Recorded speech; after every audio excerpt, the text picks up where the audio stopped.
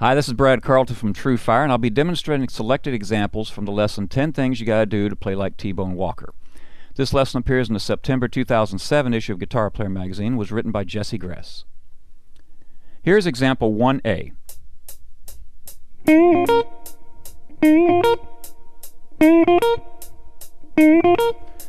Now there's a subtle difference in the rhythm, but this is a great example of variations that you have on this standard entrance for a blues lick. You're in B flat, and even though you're playing, you could play this over the 4 chord also, but you're going to bar the first and the second strings, and I suggest you bar a little farther across so you're deadening the 3rd string.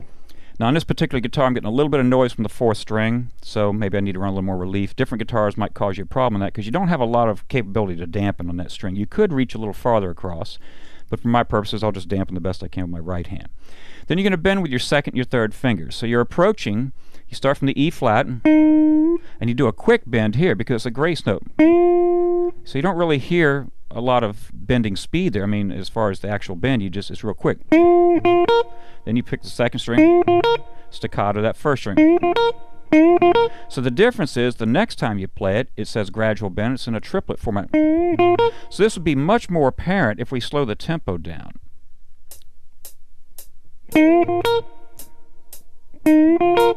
You can see that you can hear the bend slowed down.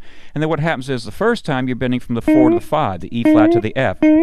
But you have options. If you look at the last 2 licks, you only bend a half step. It's a little more sinister sounding.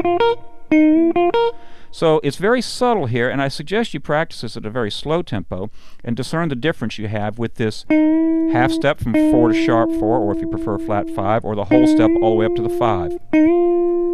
But that's a really good approach at taking a standard lick and seeing what variations do we have.